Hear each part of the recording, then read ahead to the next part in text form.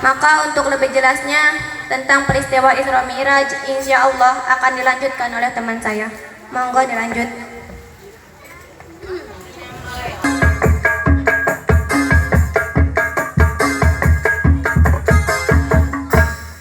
Ibu bapak hadirin rahimakumullah, kenapa kita harus banyak bersalawat ke baginda alam Rasulullah sallallahu alaihi wasallam, terutama di bulan Rajab ini? Pidahu Rasulullah sallallahu alaihi wasallam, ra'aitu lailatal mi'raj nahron ma'uhu ahala minal asal wa abroda minas salji wa atyabu minal miski. Faqultu li Jibril liman hada qala liman shalla alaihi. Waktu Rasulullah sallallahu alaihi wasallam mi'raj, melihat banggawan yang airnya lebih manis daripada madu, lebih dingin daripada salju, dan lebih wangi daripada minyak kasturi. Aku bertanya pada malaikat Jibril, untuk siapa ini ya Jibril? Ini adalah untuk umatmu yang membaca salawat di bulan Rajab. Ibu bapak hadirin rahimahumullah, hakikat dan tujuan Isra Mi'raj itu hanya Allah lah yang tahu. Namun lihat pada penghujung ayat 1 surat Bani Israil, linuriyahu min ayatina. Seluruh perjalanan yang ajaib itu, sejak berangkat sampai kembali, tujuannya adalah untuk kami perlihatkan kepada Nabi Muhammad sallallahu alaihi wasallam sebagian kecil dari tanda-tanda kebesaran kami, untuk disampaikan dalam mengarungi kehidupan. Dan itu merupakan tamsil, contoh kehidupan buat kita yang hidup di zaman now. Misalnya di dalam perjalanan Rasul melihat ada orang yang dipotong lidahnya. Contoh apa ini ya Jibril? Kata malaikat Jibril, itu tamsil daripada umatmu yang suka membuat fitnah, tukang gosip, dan menjelek-jelekan orang lain. Maka lidahnya akan dipotong sedemikian rupa. Allahumma salli wa sallim wa barik. Sallu alaihi. Yuk kita bersalawat bersama-sama lagi. Muhammadun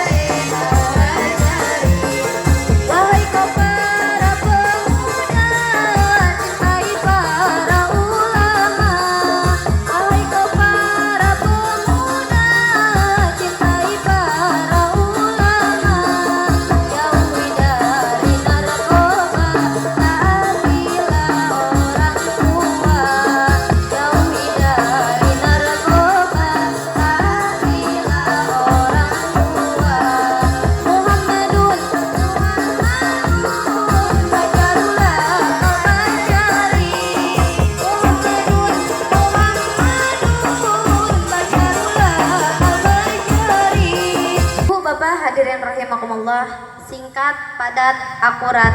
Semoga bermanfaat. Sedikit yang disampaikan, semoga besar manfaatnya. Saur sepuh mah sakedik anu dibaktikeun seueur anu disuhunkeun. Sanes kitu? Sanes. Monggo ka mubalik salajengna.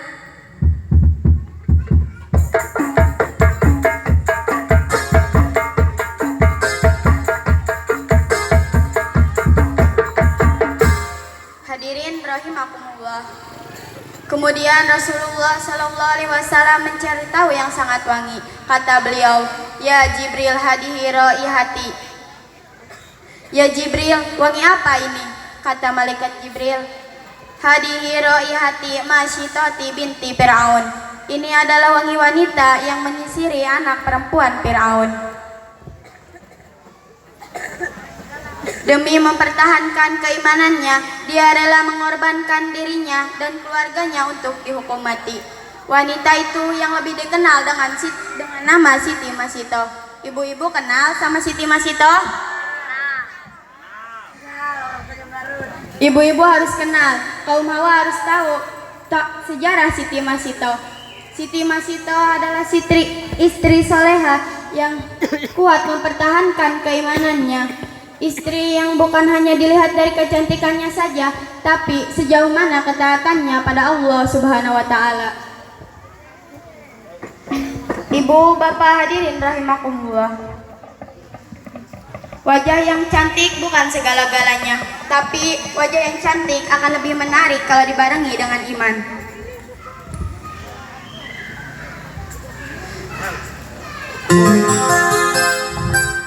Wajah yang cantik akan lebih menarik dengan perilaku yang baik, agar lebih mempesona taat pada agama, berhijab lillahi ta'ala. Wajah yang cantik akan lebih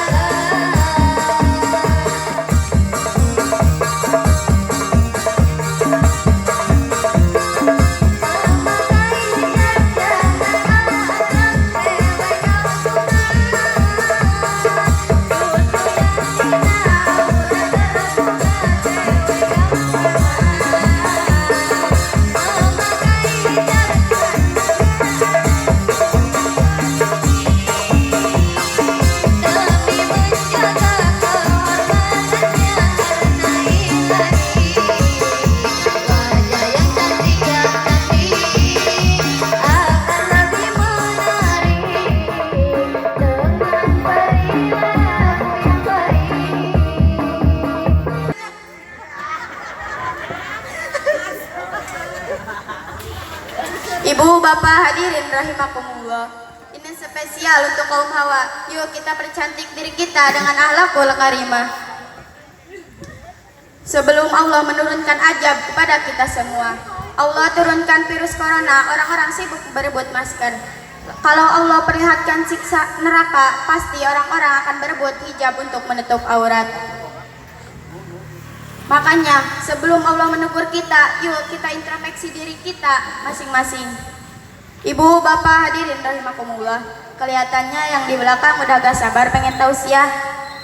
Untuk mempersingkat waktu, mangga yang belum maju untuk tausiah.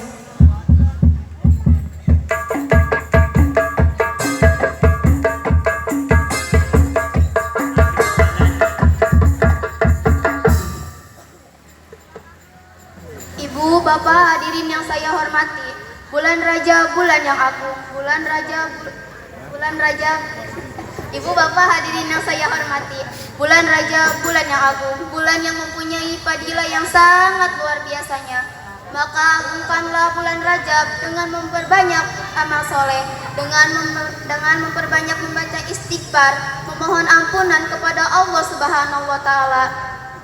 Rasulullah Shallallahu Alaihi Wasallam bersabda, Inna man istaghfara fi Rajaba bil ghadati wal asyi yarfa'u yadayhi wa yaqulu Allahumma firli warhamni wa tub alayya sab'ina marratan lam tumasalna ruzildan. Sesungguhnya orang yang memohon ampun di bulan Rajab di pagi dan di sore hari sambil mengangkatkan kedua tangannya, Ya Allah, ampunilah dosa-dosaku dan terimalah tobatku sebanyak 70 kali, maka kulitnya tidak akan terkena api neraka. Ibu, bapak, hadirin yang saya hormati, maka dengan itu yuk kita hisab diri kita semua sebelum dihisab di hadapan Allah. Apakah kita banyak amal soleh atau amal salah? Apakah kita banyak taat atau maksiat? Maka bertobatlah. Dengarlah hai sobat, saat kau maksiat dan kau bayangkan ajal mendekat, apakah kau kuat? Kau takkan selamat. Pasti dirimu hati dan taat, bukan kau taat sebelum terlambat. Ayo sama-sama kita sholat. Dunia sesaat, awas kau tersesat. Ingatlah masih ada akhirat.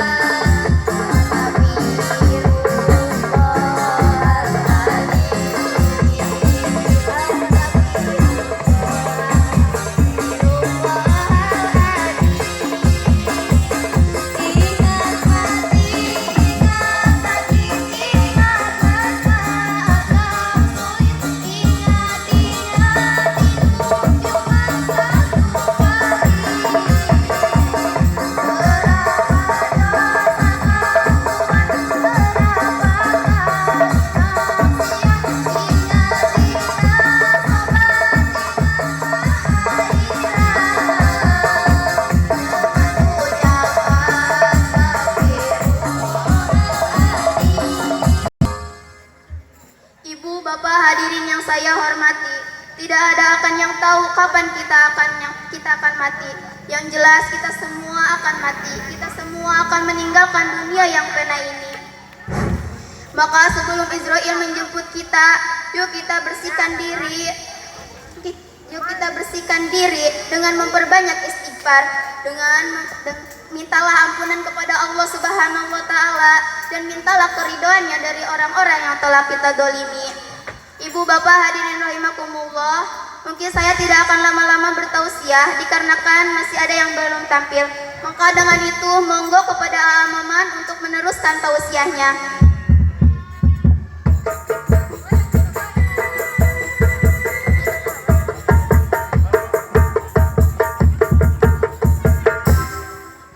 Hadirin rahimakumullah.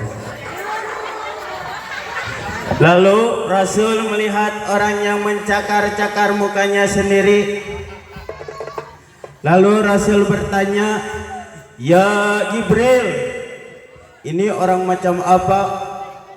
Kata malaikat Jibril, "Ya Muhammad, itu contoh umatmu yang suka menjelek-jelekan saudaranya sendiri." Ditamsilkan orang yang memburuk-burukan saudaranya sendiri, sebab muslim itu saudara seperti satu tubuh. Jika yang lain sakit, yang lain ikut merasakan sakit. Jika yang satu terinjak, yang lain akan merasakan terinjak. Jika ibu jari tersandung batu, mulut akan berkata aduh. Air mata akan keluar. Mungkin kepala akan merasakan pusing. Itu refleks tanpa harus menunggu undangan. Orang yang memburuk-burukan saudaranya, hakikatnya mencakar-cakar mukanya sendiri, seperti pepatah menepuk air di dulang. Makanya dengan itu Kita